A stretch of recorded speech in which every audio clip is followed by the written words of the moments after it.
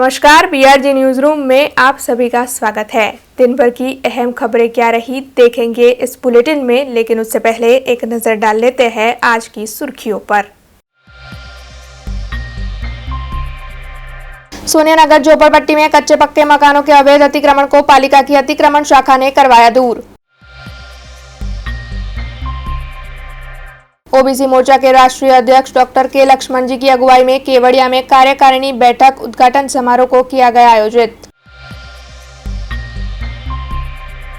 सरकारी डॉक्टर्स का बीते कई वक्त से पड़तर मांगों को लेकर विरोध प्रदर्शन जारी। एसएसजी अस्पताल के डॉक्टर भी काली पट्टी धारण कर रैली निकालकर जुड़े इस विरोध प्रदर्शन में।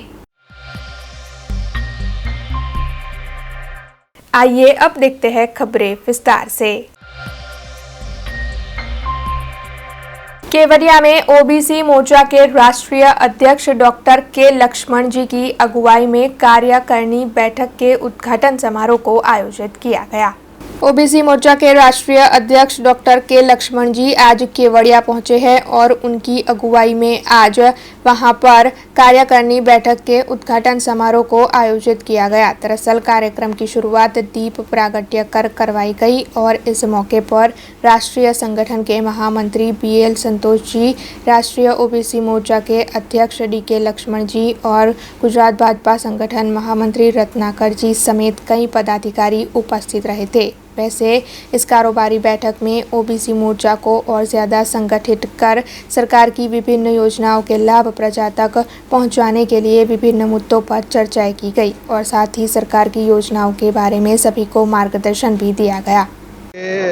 केवड़िया खाते 3, 4 ने 5 राष्ट्रीय कार्यकर ओबीसीनी बक्षीपंच मोर्चानी अहींया केवड़िया खाते करवामां आई, जेनी अंदर अमारा राष्ट्रीय संगठन महामंत्री बीएल संतोष અને માનનીય રાષ્ટ્રીય અધ્યક્ષ અમારા કે લક્ષ્મણ એ હાજર રહી અને ખૂબ મોટું માર્ગદર્શન અને કેવી રીતે ભારતીય જનતા પાર્ટીને જે રીતે રાષ્ટ્રની અંદર અંત્યોદય સુધી અમે લોકો આગળ વધ્યા છીએ એવી જ રીતે બક્ષીપંચ સમાજને પણ પ્રગતિ તરફ લઈ જઈએ અને કેવી રીતે ભારતીય જનતા પાર્ટીને મજબૂત કરીએ અને માન્ય વડાપ્રધાન નરેન્દ્રભાઈ મોદી સાહેબને મજબૂત કરીએ એના માટેની આ 3 દિવસની અહીંયા શિબિર કરવામાં આવી અને અસંખ્ય પ્રદેશોના એટલે રાજ્યોના લોકો અધ્યક્ષો અને મહામંત્રીઓ અહીંયા હાજર રહ્યા એ બદલ એમનો સૌનો આભાર માનું છું। સાથે સાથે મીડિયાના મિત્રો પણ અહીંયા લઈ અને જે કવરિંગ કર્યું એમનો પણ ખૂબ ખૂબ આભાર માનું છું। भारतीय जनता पार्टी राष्ट्रीय ओबीसी मोर्चा का 2 दिन का बैठक आज समाप्त होने वाला है। 2 दिन का बैठक के अंदर ओबीसी मोर्चा पूरे ओबीसी समाज को मोदी जी सरकार किस तरह सम्मान दिया गया उसके बारे में विस्तार रूप से चर्चा किया गया और आगामी कार्यक्रम के बारे में भी पूरा आज दिन भर बैठक में चर्चा किया गया। 5 राज्यों में जहाँ चुनाव होने वाले हैं उस चुनाव के अंदर मोदी जी सरकार का विकास और कल्याण के मुद्दे लेकर हम चुनाव लड़ना चाहते हैं।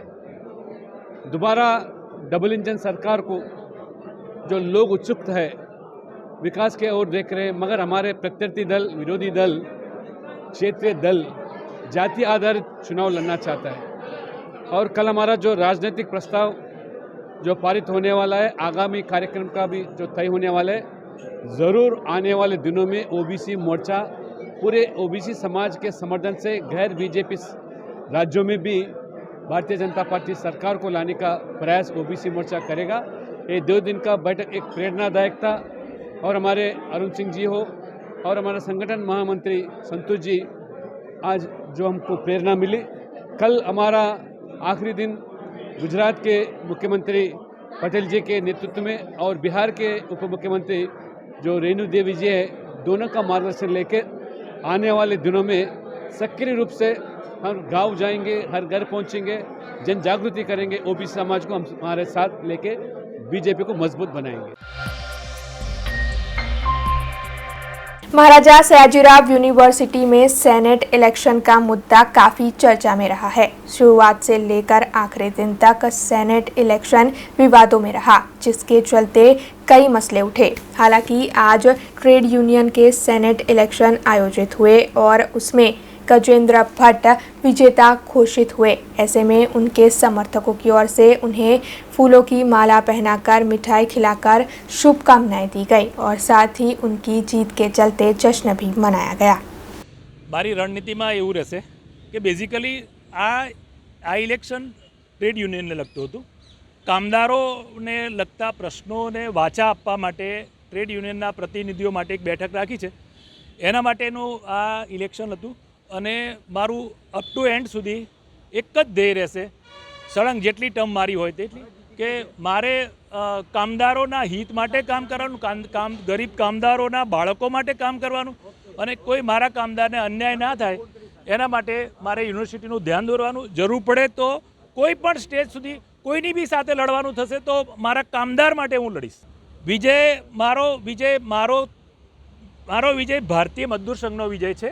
મારા બીજા જીબીના કર્મચારીઓ મારા મિત્રો છે એમનો વિજય છે અને મને બીજી ઘણા બધા લોકો, અનુજભાઈ પટેલ જેવા કોંગ્રેસના લીડરોના માર્ગદર્શન મળ્યું છે એમનો વિજય છે.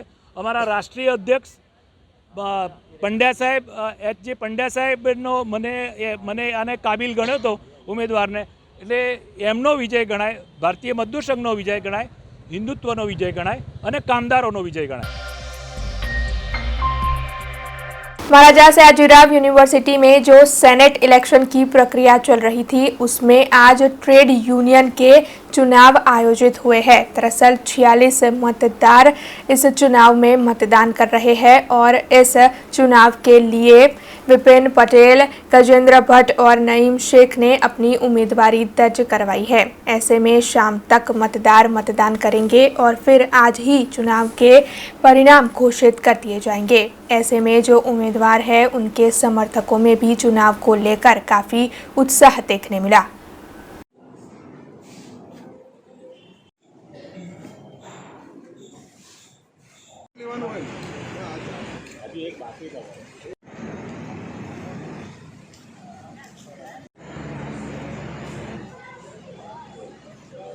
આજે ટ્રેડ યુનિયનની ચૂંટણીનું મતદાન છે અને ટ્રેડ યુનિયનની ચૂંટણીના કુલ 46 મતદારો છે. મતદારોની અંદર અને એમાં 3 ઉમેદવારો છે. મારે 6 ટર્મ પૂરી થઈ છે એટલે 30 વર્ષ સુધી હું આ ટ્રેડ યુનિયનની સીટ ઉપર જીતતો આવ્યો છું અને આ વખતે પણ જે ચૂંટણી થઈ છે એમાં પણ હું જીતવાનો છે, મારો આત્મવિશ્વાસ છે. બહુ જ સારા વાતાવરણમાં આ પહેલું જ ઇલેક્શન સેનેટની બેઠકોમાં સૌથી પહેલું ઇલેક્શન આ છે. બહુ જ સારા વાતાવરણમાં ઇલેક્શન થઈ રહ્યું છે અને આપણે બધા એવું ઈચ્છીએ કે બાકીના તમામ ઇલેક્શનો સારા વાતાવરણમાં અને નિષ્પક્ષ રીતે યોજાય એવી મારી બધાને વિનંતી છે. અને જે કોઈ રહી જતા હોય એમાં એ તમારા માધ્યમથી વિનંતી કરું છું કે સારા વોટરને વોટ આપે, જે સારો ઉમેદવાર હોય એને જ વોટ આપે અને જે ભવિષ્યમાં કામો લાગતા અનુભવી હોય અને ઓછામાં ઓછો 10 વર્ષનો એક્સપિરિયન્સ હોય, કોઈ બી 40-50 હજાર કામદારોના યુનિયનનો, એવા લોકોને વોટ આપવો જોઈએ એવું મારું અંગત મંતવ્ય છે. આજે ટ્રેડ યુનિયનની જે ચૂંટણી છે, હું વડોદરા શહેરના તમામ ટ્રેડ યુનિયનો જેમાં સંયુક્ત કામદાર સમિતિ અને સંયુક્ત ટ્રેડ યુનિયન સમિતિનો સમાવેશ થાય છે તેનો હું સર્વમાન્ય ઉમેદવાર છું અને અમારા જે મતદાતા ભાઈઓ છે તેમને પર મને પૂરો ભરોસો છે. ટ્રેડ યુનિયન મુવમેન્ટ સાથે અમે વર્ષોથી સંકળાયેલા છીએ. કામદારોને લગતી અમે કામગીરી કરતા આવેલા છે, જેથી અમને અમારા વિજયનો પૂરેપૂરો વિશ્વાસ છે અને સંપૂર્ણ બહુમતી સાથે મારો વિજય થશે તેવી આશા છે. Maharaja Sayajirao university of બરોડાની senate ઇલેક્શનની પ્રક્રિયા જે ચાલુ હતી તેના પ્રથમ તબક્કાની ઇલેક્શન આજે ટ્રેડ યુનિયનનું છે. એની તમામ રાબેતા મુજબની ડેટ્સ પ્રમાણે અત્યારે એ શરૂ થઈ ગયું છે અને 3 વાગ્યા સુધી તેનું વોટિંગ પ્રક્રિયા એ જે નિયમ પ્રમાણે છે તે ચાલુ રહેશે. સર, અત્યાર સુધી કેટલું મતદાન થયું છે અને શું છે આખી વિગત? મતદાનનો આંકડો અત્યારે ચાલુ ઇલેક્શને ન હોઈ શકે કેમ કે એના પ્રોટોકોલ્સ હોય છે અને એક વખત ઇલેક્શનની પ્રક્રિયા પૂરી થાય પછી જ એને જાહેર કરી શકાશે. હાઈકોર્ટનો આદેશ આવ્યો કે જે કંઈ પણ ચૂંટણી પ્રક્રિયા છે જે શરૂ થઈ છે તે પૂર્ણ કરવી જોઈએ. તેના જ ભાગરૂપે આજે પ્રથમ તબક્કાની જે સેનેટની ઇલેક્શન જેમાં ટ્રેડ યુનિયન કોન્સ્ટિટ્યુઅન્સીની ઇલેક્શન છે એ આજે થવા જઈ રહી છે. બીજી તારીખ 7મી તારીખ છે. તેની અંદર સરકારશ્રી હાઈકોર્ટ તરફથી ફરી વખત ઇનપુટ્સ આવશે. જે કંઈ પણ ગાઈડલાઇન્સ હાઈકોર્ટની હશે તે પ્રમાણે યુનિવર્સિટી આગળ પ્રોસેસ करसे. बीते कई वक्त से सरकारी डॉक्टर्स पड़तर मांगों को लेकर सरकार के सामने विरोध प्रदर्शित कर रहे हैं. 7वें पगार पंच के फायदे और वेतन बढ़ोतरी की मांग के साथ सरकारी डॉक्टर्स की ओर से लगातार विरोध प्रदर्शन जारी है. ऐसे में आज शहर की एसएसजी अस्पताल के डॉक्टर्स भी इस विरोध प्रदर्शन में जुड़े हैं. बड़ी तादाद में जुड़े इन डॉक्टर्स की ओर से एसएसजी अस्पताल से कलेक्टर कचहरी तक एक रैली का आयोजन किया गया था. दरअसल काली पट्टी धारण कर हाथ में बैनर पोस्टर लेकर ये सभी डॉक्टर्स सूत्रोच्चार करते हुए एसएसजी अस्पताल से कलेक्टर कचहरी तक पहुंचे और रैली के अंत में उनकी ओर से जिला कलेक्टर को आवेदन पत्र दिया गया. वैसे इन सभी डॉक्टर्स की ओर से ये भी कहा जा रहा है कि अगर आने वाले दिनों में सरकार उनकी मांगे नहीं मानेगी तो फिर ये सभी लोग अपना इस्तीफा देंगे.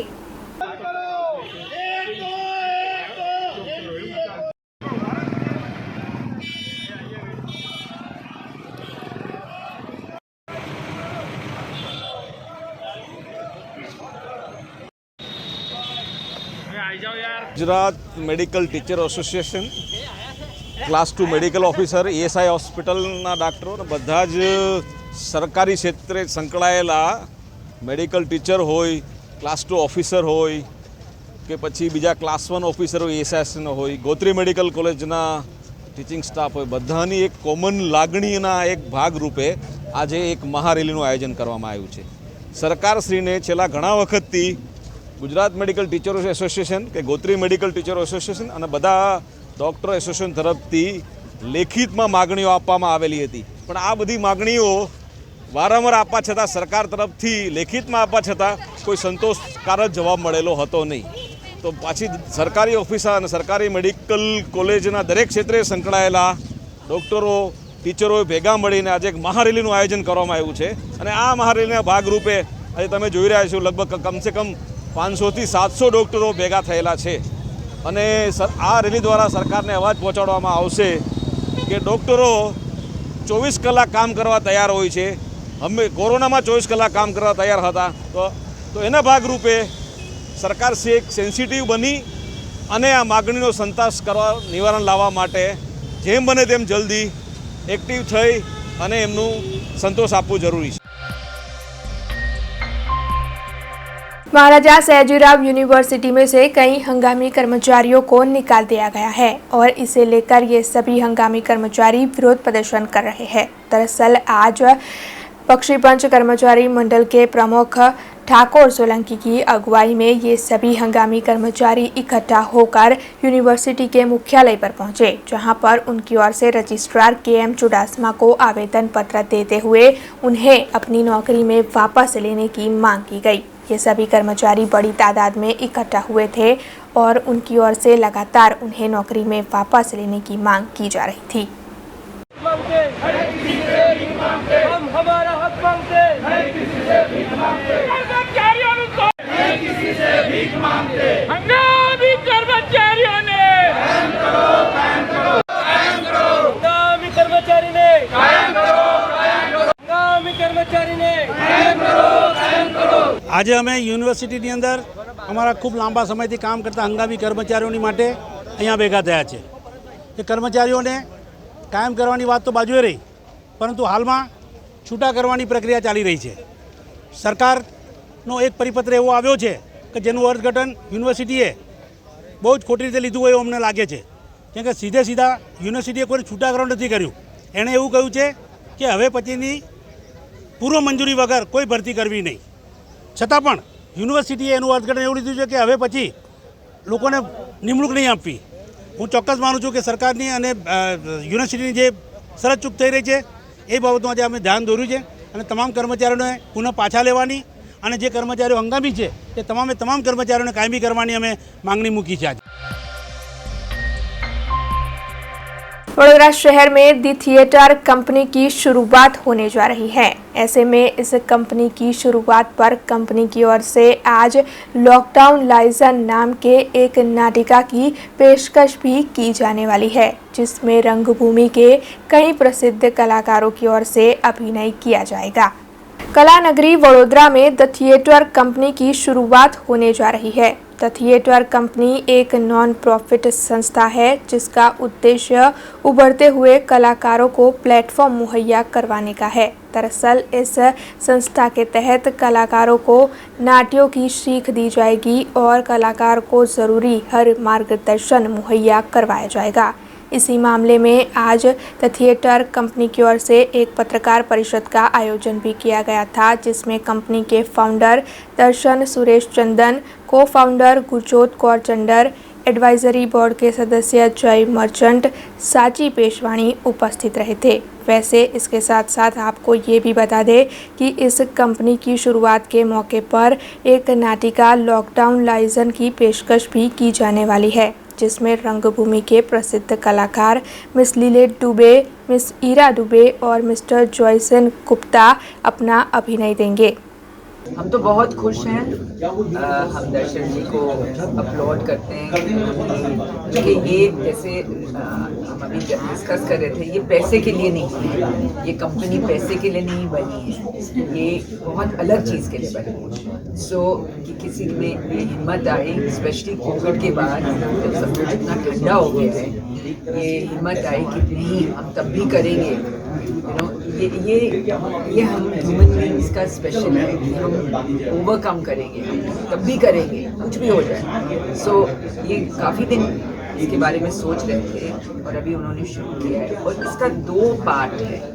एक कि वो अच्छा थिएटर यहाँ लाना चाहते हैं, लोगों को एक्सपोज करना चाहते हैं कि ये सब हो रहा है थिएटर, एक ये पार्ट है। और दूसरा जो मुझे बहुत पसंद है कि उनको ये ख्वाहिश है कि वो यंग एक्टर्स को, थिएटर लोगों को जो यहाँ वडोदरा में रहते हैं, उनको एक मतलब एक वो दे, पुश दे कि वो भी ऐसा काम कर सकते हैं और उनको कैसे कुछ ट्रेनिंग मिल सकती है। अगर वो ऐसे ही भटक रहे हैं, उनको पता नहीं कैसे हम ये करें।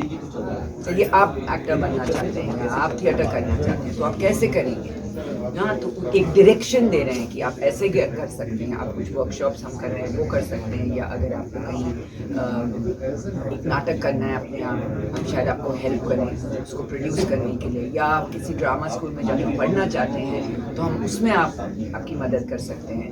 तो इसमें बहुत सारे पार्ट्स हैं जिसके बारे में उन्होंने फुल्ली अभी बात नहीं की है और मैंने भी फुल्ली डेवलप भी नहीं किया है। और उन्होंने मुझे रिक्वेस्ट किया है कि मैं उनके एडवाइजरी बोर्ड पे आऊँ, थोड़ा एडवाइस दूँ, थोड़ा गाइडेंस दूँ। तो मैंने कहा ये तो मैं बहुत खुशी से करूँगी, ये मेरा मतलब जलवा है, जुनून है। ऑलमोस्ट 45 ईयर्स के कॉलेज में, तो मैं बहुत खुश होंगी कहीं कहीं जहाँ और मैंने जैसे पहले कहा कि ये बहुत कल्चरल सिटी है, इसके रूट्स कल्चरल हैं, तो ये जगह में तो वो फलेगा फूलेगा। ऐसी चीज़ तो ऐसा नहीं है कि लोगों के खून में नहीं है, लोगों के खून में है, ज़रूर होगा। अगर कोई उनके पीछे उनको सपोर्ट करेगा तो ज़रूर। मैं तो बहुत खुश हूँ कि आप बहुत अच्छे नाटक भी आपको देखने का मौका मिलेगा और और दर्शन वगैरह इसको मतलब एक बहुत बड़ी तरीके से प्रेजेंट भी करेंगे, लोगों को प्रमोट भी करेंगे, इनकरेज भी करेंगे। तो बहुत अच्छी चीज़ है, आप लोगों को खुश होना चाहिए। नहीं, मैं भी वही कहना चाहती थी। आप पूछ रहे थे कि how do I feel about being in Vadodara. I think what Darshan is doing with his beautiful wife and everyone in his team is absolutely fantastic. I've just met Jessa today, so I didn't know that he's been doing this for a while. मैं बस ये कहना चाहूँगी कि बहुत young actors जो बॉलीवुड में काम करना चाहते हैं या OTT में काम करना चाहते हैं, हमेशा पूछते रहते हैं थिएटर का क्या मायना है, थिएटर करना चाहिए या नहीं करना चाहिए। The thing is about theatre, जैसे हमने आपके साथ ऑलरेडी बातचीत हुई थी 1 घंटा पहले, theatre is the most primal and the most amazing medium for a young actor to hone your skills as an actor. पर आपको थिएटर में इन्वॉल्व होना है। और अनफॉर्चुनेटली सैड चीज़ ये है कि it's not a money making profession and it's not a very organised profession in India. So when you have people like Darshan and Jaisa doing this wonderful work and trying to train young actors in an organized way and spread theatre as far and wide as possible, it's really wonderful. मैं तो हमेशा कहती हूँ कि training भी काफ़ी नहीं है. मैं खुद वहाँ अमेरिका में जाके थिएटर पढ़ी थी. So I think to try to train young people and give them experience, workshops, जो भी हो, and to come and watch plays of my mother's theatre company and that caliber is a very, very important thing for actors to do. So, and also to be in Vadodara, I have never been here, so I'm delighted to be here. I can't believe what a trendy city this is, what a cosmopolitan city this is, and how happening it is. So I'm very happy to be here and perform here this evening. I was very happy to see young people here today for the press conference. I hope a lot of young people come to watch the show. It won't be on Instagram, so come to the theatre and watch the show.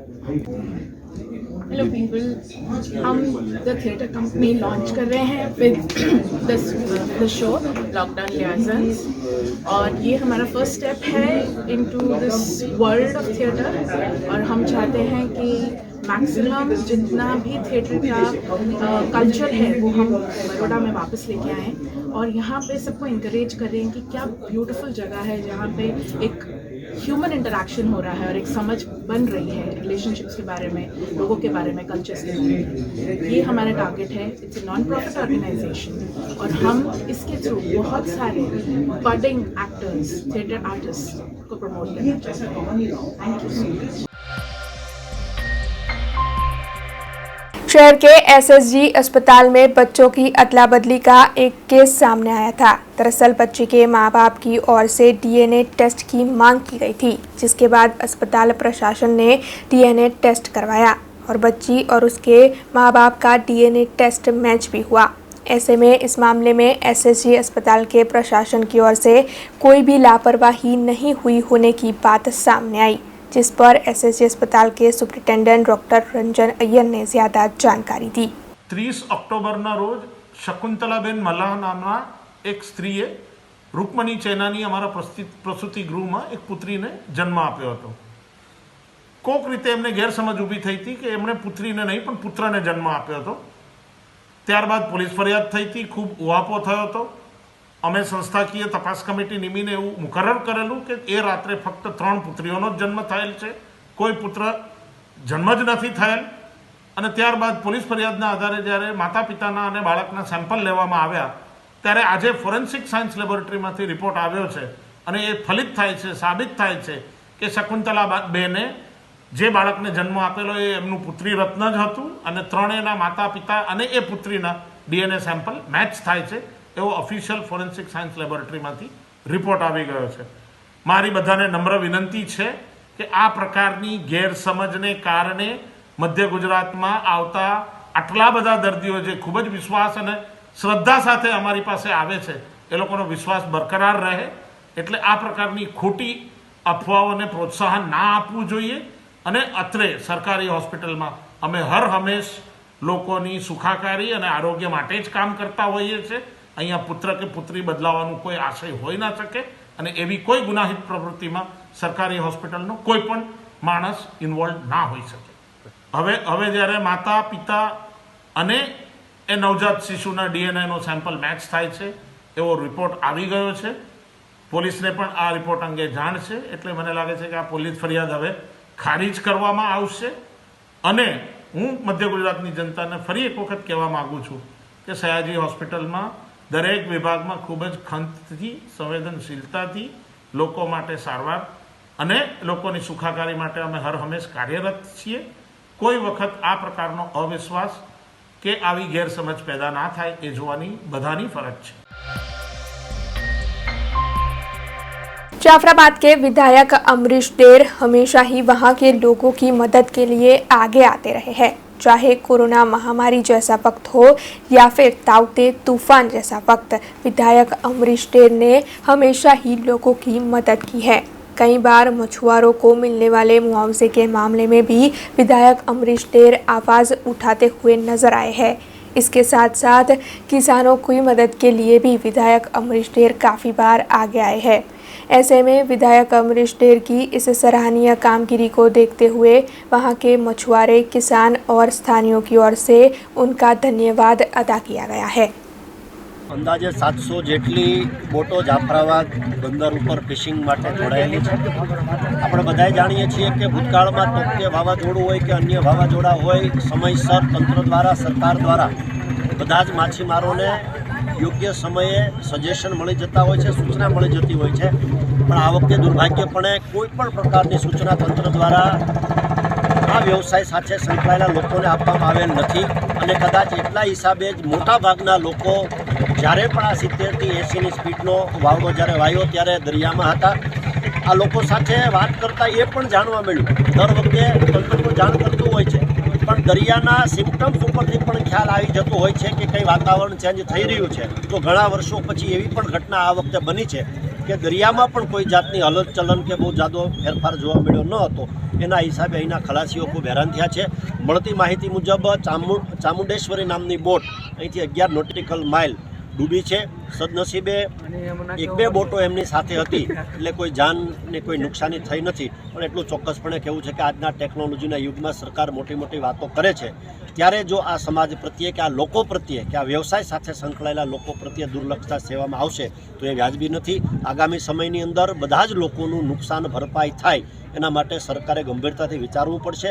છેલ્લી ને મહત્વની વાત, દરિયાઈ પટ્ટી ઉપર આવનારા સમયમાં આવા તમામ પ્રકારના દુર્ઘટનાઓ છે એ વધવાની છે એવું લોકમુખે જાણવા મળે છે। તો આગામી સમયમાં સરકારે, તંત્રએ સજ્જ થઈ અને જેમ મને એમ ઝડપથી આવી મુશ્કેલીઓને કેમ ખાળી શકાય એના માટેના આગોતરા આયોજનો કરવા પડશે જેથી કરીને જાનમાલની નુકસાની બચાવી શકાય। જટિલ છે। ગઈકાલે અચાનક જે આ વાતાવરણમાં પલટો આવતા અમારી 700 બોટો હતી એમાંથી 80% બોટો આવેલી હતી ને 20% બોટો હજી આજે આવેલી નથી। એમાં એક બોટ 11 નોટી માઇલ ગરકાવ થયેલ પાણીમાં, એના 8 ખલાસીનો બચાવ થયેલો છે। એ હજી અત્યારે બંદર ખાતે આવી રહ્યા છે। ફિશર ડિપાર્ટમેન્ટ અમને કાલે કોઈ પણ પ્રકારની જાણ થઈ નથી, એની હિસાબે અમને વધારે નુકસાની વેઠવાનો વારો આવ્યો હતો। ग्राम पंचायत के चुनाव 19 दिसंबर को प्रस्तावित है, जिसे लेकर उम्मीदवारी फॉर्म भरने की प्रक्रिया को शुरू करवा दिया गया है। ऐसे में जगह जगह पर कई उम्मीदवार अपना नामांकन दर्ज करवाने के लिए पहुंच रहे हैं। गरुड़ेश्वर तालुका में भी मेघनाबेन तड़वी की ओर से आज अपना नामांकन दर्ज करवाया गया है। दरअसल बड़ी तादाद में समर्थकों के साथ मेघनाबेन तड़वी अपना नामांकन दर्ज करवाने के लिए पहुंची और उनके समर्थकों की ओर से भी उनके नामांकन दर्ज करवाने पर खुशी जताई गई। खबरों के बीच वक्त तो चला एक छोटे से ब्रेक का। ब्रेक के बाद फिर लौटेंगे कुछ और खबरों के साथ। BRG ग्रुप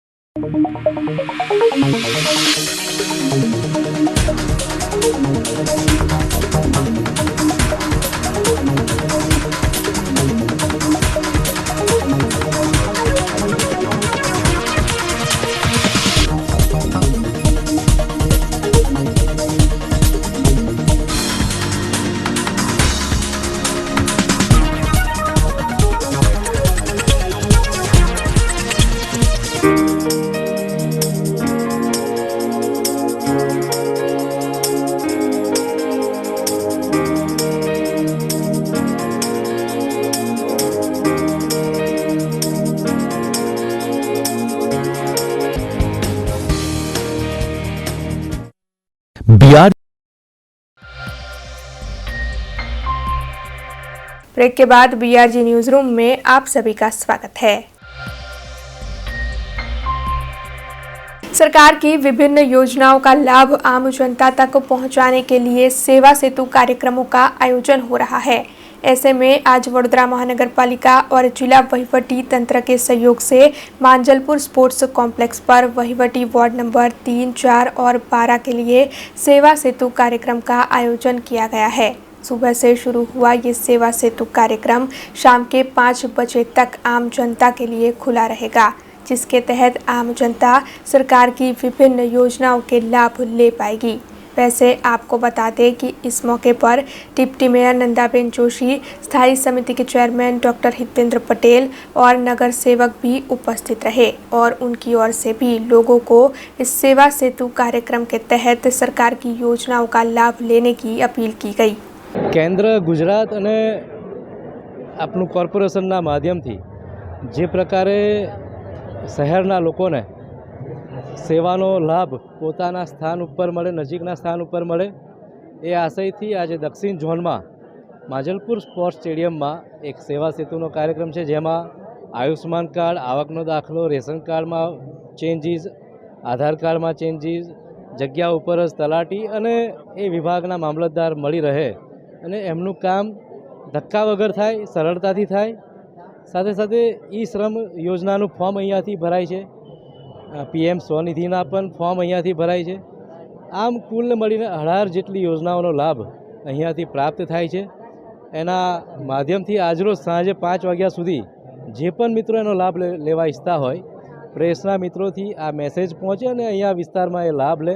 अमारा डेप्यूटी मेयर, दंडक अने आ विस्ताરના તમામ કોર્પોરેટર મિત્રો અને કોર્પોરેશનના કર્મચારીઓ પણ ખૂબ છેલ્લા અઠવાડિયાથી આની ઉપર મહેનત કરે છે અને જે પ્રકારે અત્યારે આપ જુઓ છો લોકો એનો લાભ લઈ રહ્યા છે। અંદાજે 3000 ઉપરાંત લોકો એનો લાભ લેશે એવો વિશ્વાસ છે। માજલપુર સ્પોર્ટ્સ કોમ્પ્લેક્સમાં ભારતીય જનતા પાર્ટીની જ્યારે સમગ્ર દેશમાં સરકાર હોય ત્યારે નાનામાં નાના લોકોની ચિંતા કરતા એવા આદરણીય પ્રધાનમંત્રી આપણા નરેન્દ્રભાઈ મોદીએ સેવા સેતુના કાર્યક્રમથી સરકાર આપના દ્વારે એમાં સેવા સેતુનો કાર્યક્રમ આજે માજલપુર સ્પોર્ટ્સ કોમ્પ્લેક્સમાં ખૂબ સારી રીતે થઈ રહ્યો છે। સરકાર ખૂબ જાગૃત છે। અવારનવાર સેવા સેતુના કાર્યક્રમથી સરકારની દરેક મહેસૂલ વિભાગ હોય, તલાટીની જરૂર હોય કે કોઈપણ કાર્ય હોય સેવાનો, એ દરેક એક જ જગ્યાએ ઉપલબ્ધ થાય એના માટે સરકાર ખૂબ જાગૃત છે। આજે આપણા મુખ્યમંત્રી ભૂપેન્દ્રભાઈ પટેલ અને સમગ્ર સરકાર ખૂબ ચિંતા કરતી હોય ત્યારે આ સેવા સેતુના કાર્યક્રમથી પ્રજાજનોને અપીલ કરું છું કે આ સેવા સેતુ કાર્યક્રમનો લાભ લે। આપના માધ્યમથી જ્યારે જ્યારે સેવા સેતુનો કાર્યક્રમ થાય ત્યારે હું પ્રજાને ચોક્કસ કહીશ કે અહીંયા આપ આવો અને આપનો अनुभव કરીને आप સેવાનો લાભ લો, એવી મારી દરેકને अपील है। शहर में उत्तर जोन के वहीवटी वार्ड नंबर 8 के इलाके में सोनिया नगर झोपड़पट्टी मौजूद है, जहां पर कच्चे पक्के कई मकान अवैध अतिक्रमण के तौर पर है।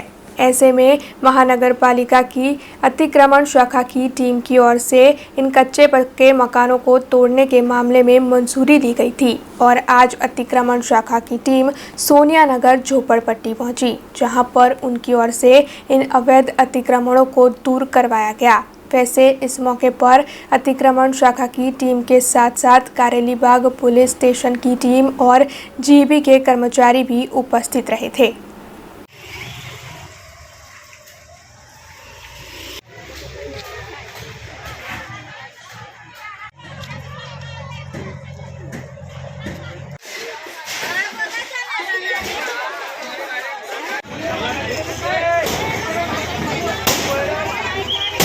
અમારે સાહેબ બીજું કશું કહેવાનું નથી કે અમારા આગલા દિવસે કીધું હતું કે ભાઈ તમે બાકી રહી ગયા છે 16-17 જણા, બરાબર છે, એમની લોન કરી આપવાનું કીધેલું, બરાબર છે।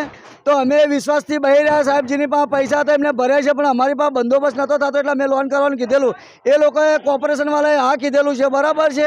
તો અમે કીધેલું કે સાહેબ અમને જે લોન કરી આપો, બરાબર છે, અને અમને 16,000 રૂપિયા ભરીને અને અમને તમે ચાવી આપો તો સાહેબ અમારો પોતપોતે અમે જાતે સામાન શિફ્ટ કરી દઈએ। તમારે કંઈ જીસીબી લગાવવાની જરૂર નહીં કે તમારે તોડફાડ કરવાની જરૂર નથી સાહેબ। તો અમારે એક જ કહેવાનું છે કે અમારો ભાગદોડ કરશો નહીં, અમે મજૂરિયા માણસ છીએ, જમતમ કરી વસાયું હોય અને તમે તોડી નાખો, ફોડી નાખો, બરાબર છે। તો સાહેબ અમારી આ દેવી પૂજક છે, એના નેહાકા તમને લાગશે જરૂર, નકર અમે સાહેબ એટલું કહીએ છીએ કે અમારો સામાન જાતે જાતે શિફ્ટ કરી દેવા દો અને અમને ખાલી લોન કરી આપો, અમે જાતે જાતે જવા તૈયાર છીએ। बस अमारे एज कहेवानुं छे, बीजुं कंई कहेवानुं नहीं साहेब, बस एटलुं ज छे। वडोदरा म्युनिसिपल कोर्पोरेशनना उत्तर झोનમાં समायित वहीवटी वोर्ड नंबर 8 विस्तारमां आवेल मीरा 4 रस्तानी बाजुमां सोनियानगर झोपड़पट्टीना 112 मकानो काचा पाकानो दबाण दूर करवा माटेनो प्रोग्राम जमीन मिलकत टीपी द्वारा सक्षम मंजूरी मेळवी આજ રોજ નિયત કરેલો હોય કારેલીબાગ પોલીસ સ્ટેશનનો સ્ટાફ, જેમાં એક ACP, 2 PI, 4 PSI, 20 police constable અને 15 લેડી કોન્સ્ટેબલ તથા જમીન મિલકત ટીપીનો સ્ટાફ, સર્વેયર દિલીપ ઉપાધ્યાય મોરધરા તથા ફાયર બ્રિગેડ, MGVCL અને દબાણ શાખાની ટીમ સાથે રાખીને સદર 112 મકાનો દૂર કરવાનું ચાલુ કરેલ છે અને લોક સહકારથી લોકોએ પોતાની ઘર વખરી અને અમુક સામાન સ્વેચ્છાએ દૂર પણ કરેલ છે અને બાકીની કામગીરી અત્યારે ચાલુ છે। ग्राम पंचायत के चुनाव 19 दिसंबर को प्रस्तावित है। ऐसे में आज नर्मदा में 100 जितने चुनाव से जुड़े हुए अधिकारियों को ग्राम पंचायत चुनाव के लिए तालीम दी गई। ग्राम पंचायत के चुनाव जो 19 दिसंबर को आयोजित होने वाले हैं, उसके लिए सभी तैयारियां प्रशासन की ओर से शुरू कर दी गई है। ऐसे में नर्मदा में आज 100 जितने चुनाव से जुड़े अधिकारियों को अपना फर्ज अच्छी तरीके से निभाने के लिए मार्गदर्शन और तालीम देने के कार्यक्रम का आयोजन किया गया। तिलकवाड़ा के श्री KM हाई स्कूल पर इन सभी अधिकारियों के तालीम के कार्यक्रम का आयोजन हुआ था, जिसमें तिलकवाड़ा चुनाव आयोग अधिकारी और मामलतदार RJ चौहान के साथ बाल विकास अधिकारी मौसम पटेल विशेष तौर पर उपस्थित रहे थे। इसके साथ ही वहां के अन्य कई पदाधिकारी भी इस दौरान उपस्थित थे और सभी की ओर से चुनाव से जुड़े इन अधिकारियों को चुनाव शुरू होने से लेकर चुनाव के अंत तक जरूरी हर बात के लिए मार्गदर्शन मुहैया करवाया गया।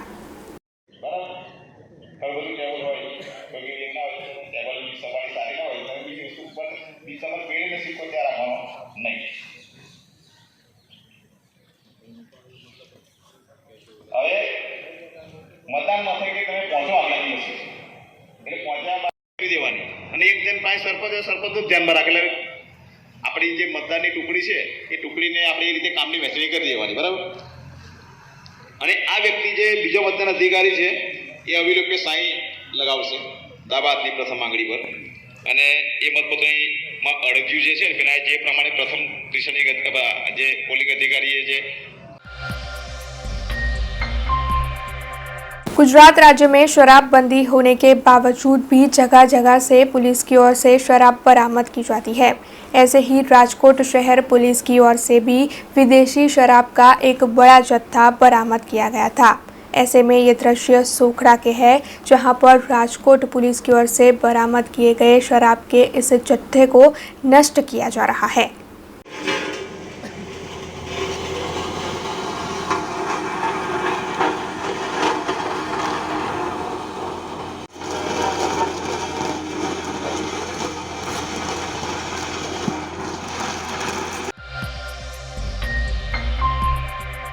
जूनागढ़ के विसावदर में लॉकडाउन के दौरान 3 ट्रेनों को बंद कर दिया गया था।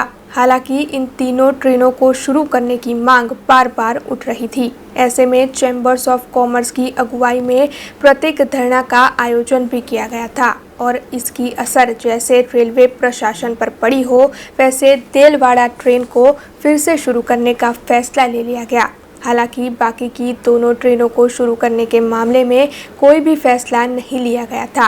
ऐसे में चैम्बर्स ऑफ कॉमर्स की अगुवाई में ये प्रतीक धरना जारी रहा, जिसके बाद रेलवे प्रशासन की ओर से चैम्बर्स ऑफ कॉमर्स को ये आश्वासन दिलाया गया कि अगले 1 माह में ये दोनों ट्रेनें शुरू कर दी जाएगी, जिसके बाद ये आंदोलन अब पूर्ण कर दिया गया। आज रोज हमारा डिविजनल रेलवे मैनेजर श्रीની સૂચના મળી, તેમજ અમારા સિનિયર ડિવિઝનલ કોમર્શિયલ મેનેજર માસુદ સાહેબ તરફથી મને સૂચના મળી કે તમે ધારાસભ્યશ્રી જે અહીં પધારેલ છે એમની સાથે મુલાકાત કરી અને જે આંદોલન ચાલુ છે એ સમાપ્ત કરવા માટે તમે એમની સાથે વાટાઘાટ કરો અને અમે લોકો 1 મહિનાની અંદર તમામ ગાડી ચાલુ કરશું એવી તંત્ર તરફથી એમના તરફથી ખાતરી મળેલ છે, જેથી એમના આદેશ અનુસાર અહીં વિસાવદરમાં મેં ધારાસભ્યશ્રીની હાજરીમાં પત્ર લખી અને લેખિત બાંયધરી આપેલી છે। રેલવે હંમેશા લોકોના પ્રશ્નો માટે, વાંચા માટે, એમની તકલીફો દૂર કરવા માટે હંમેશા તત્પર હોય છે, પણ કોરોના કાળના હિસાબે બંધ થયેલી જે ટ્રેન છે એની મંજૂરી રેલવે બોર્ડ તરફથી લેવી જરૂરી હોવાથી આ ટ્રેન શરૂ કરવામાં સમય લાગેલ છે અને આપ લોકોએ શાંતિપૂર્ણ રીતે જે આંદોલન કર્યું એ બદલ આપ લોકોનો ખૂબ ખૂબ આભાર માનું છું અને રેલ પ્રશાસનને સહકાર આપવા બદલ આપ લોકોનો આભાર. ચેમ્બર ઓફ કોમર્સ પ્રમુખ દિલીપ કાનાબાર, પેસેન્જર એસોસિએશનના પ્રમુખ શ્રી ઇલિયાસભાઈ બારમલ, આપણે શ્રી જયપ્રકાશ છતાણી, વિશ્વ હિન્દુ પરિષદ, લલિતભાઈ ભટ્ટ પૂર્વ પ્રમુખ ભાજપ અને હિંમતભાઈ દવે, અમારી ટીમ સાથે અમે ઉપવાસ આંદોલન શરૂ કરેલા. મીટર ગેજ ટ્રેન ચાલુ કરાવવા 17 દિવસ પહેલાં અલ્ટિમેટ આપેલું, એનું નિરાકરણ પહેલીનું જાહેરાત કરી ટ્રેન માટે 4 તારીખથી. બીજી ટ્રેન માટે થઈને હર્ષદભાઈ આજે મુલાકાતે આવેલા અને ઉપલા અધિકારીઓ સાથે વાત કરેલી અને એમને ત્યાંથી મકવાણા સાહેબને રવાના કર્યા. એણે આવ્યા એ બધા અધિકારીઓ સાથે સલાહ મશવરા કરી 1 મહિનાની મુદતનું મને લેખિત આપેલ છે અને આજે અમે આંદોલન પૂર્ણ કરીએ છીએ. ભારત માતા કી જય. जूनागढ़ में सांप्रत दिव्यांग संस्था पर विश्व दिव्यांग दिन को मनाया गया. जूनागढ़ के बिलखा रोड पर सांप्रत एजुकेशन एंड चैरिटेबल ट्रस्ट संस्था कार्यरत है, जो हर साल विश्व दिव्यांग डे को भव्य तौर पर मनाती है. उसी के तहत कल विश्व दिव्यांग दिन को मनाते हुए इस संस्था में आयोजन किया गया था, जिसमें कार्यक्रम के अध्यक्ष के तौर पर भक्त कवि नरसिंह मेहता यूनिवर्सिटी के कुलपति डॉक्टर चेतन त्रिवेदी उपस्थित रहे थे. इसके साथ ही इस मौके पर अन्य कई पदाधिकारी भी उपस्थित रहे थे, जिसमें कई छात्रों की ओर से दिव्यांगों के बारे में जागृति लाने के प्रोजेक्ट तैयार किए गए थे और फिर इस कार्यक्रम का आयोजन भी भव्य तरीके से संपन्न करवाया गया था. आज रोज विश्व विकलांग दिवसની ઉજવણીના ભાગરૂપે ભક્ત કવિ નરસિંહ મહેતા યુનિવર્સિટીના સમાજશાસ્ત્ર ભવન દ્વારા સાંપ્રત એજ્યુકેશન ટ્રસ્ટ, જે વિકલાંગોની માનસિક રીતે દિવ્યાંગ બાળકોની સંસ્થા છે, એક સરસ મજાનો કાર્યક્રમ યોજાઈ ગયો. કાનૂની શિબિર પણ થઈ. ભવનના અને યુનિવર્સિટીના વિદ્યાર્થીઓએ પોતાની સામાજિક દાયિત્વ અને સામાજિક ભાગીદારીના ભાગરૂપે આ બાળકો માટે એમની સાથે ભોજન કર્યું અને ભવિષ્યમાં આ બાળકોને લગતા કેવા પ્રકારના પ્રશ્નો છે, એનું નિરાકરણ કેવું થઈ શકે એનું એક સંશોધન કરી અને રાજ્ય સરકારને આ અંગેનો અહેવાલ સુપ્રત કરવાનું પણ નક્કી કરેલ છે. ત્યારે આ સંસ્થાના સંચાલક ભાઈ મહેન્દ્રભાઈ અને એમની ટીમ આવા 77 જેટલા જેને મલ્ટિપલ ડિસેબિલિટીઝના કેસો છે એવા બાળકોનું ખૂબ સરસ ધ્યાન રાખે છે. એ સર્વેને આપણે આ તકે આજે વિશ્વ દિવ્યાંગ દિવસ નિમિત્તે એમની પૂજા અર્ચના માટેનો કાર્યક્રમ હતો, તો ખૂબ આનંદ થયો. एजाज पटेल ने टेस्ट क्रिकेट में इतिहास दोहराते हुए एक पारी में पूरे 10 विकेट चटका लिए हैं. टेस्ट क्रिकेट के इतिहास में एक पारी में 10 विकेट लेने वाले अब वो दुनिया के तीसरे गेंदबाज बन गए हैं. पटेल से पहले ऐसा करिश्मा टेस्ट क्रिकेट में अनिल कुंबले और इंग्लैंड के जिम लेकर ने किया था. ऐसे में अब एजाज पटेल ने ये करिश्मा कर दिखाया है. बता दें कि एजाज ने दूसरे टेस्ट में 47.5 ओवर की गेंदबाजी की और 12 ओवर मेडल डालते हुए 119 रन देकर 10 विकेट हासिल करके कमाल कर दिखाया. न्यूजीलैंड टेस्ट क्रिकेट के इतिहास में एजाज ने ये कमाल कर अपना नाम इतिहास के पन्नों में दर्ज कर दिया. भारत में बच्चों के वैक्सीनेशन को लेकर अभी तक कोई भी फैसला नहीं लिया गया है, लेकिन इजराइल में बच्चों को वैक्सीन का पहला डोज देने के लिए कैंपेन शुरू कर दी गई है. वैसे इसी बीच इजराइल में रहने वाले एक सुरती परिवार की अनोखी मिसाल सामने आई है.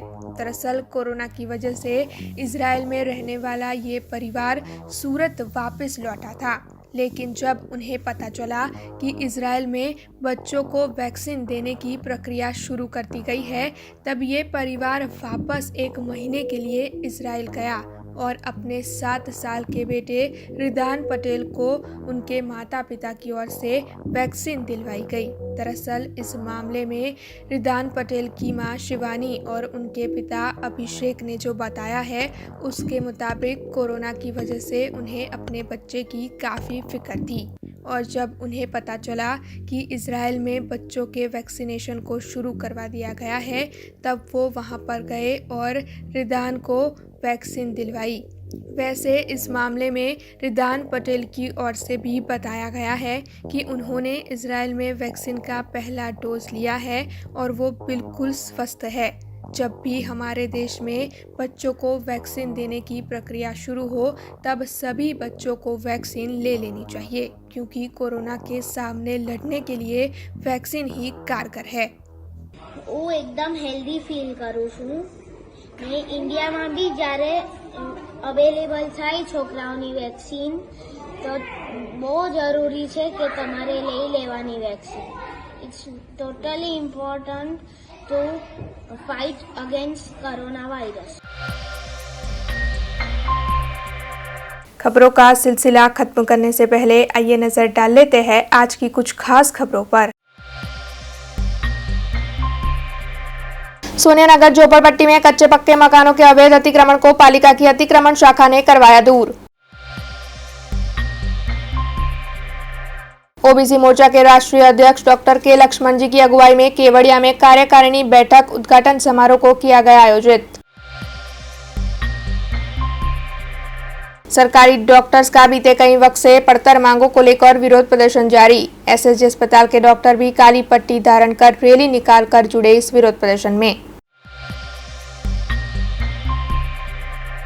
देश, दुनिया और शहर से जुड़ी कुछ और खबरें लेकर कल फिर लौटेंगे। तब तक दीजिए बीआरजी टीम को इजाजत। धन्यवाद। अब खबरों से लगातार अपडेट रहना हुआ आसान। बीआरजी न्यूज आपके मोबाइल स्क्रीन पर आज ही बीआरजी न्यूज की mobile app Google play store और ऐप स्टोर से डाउनलोड करें और खबरों से लगातार जुड़े रहें।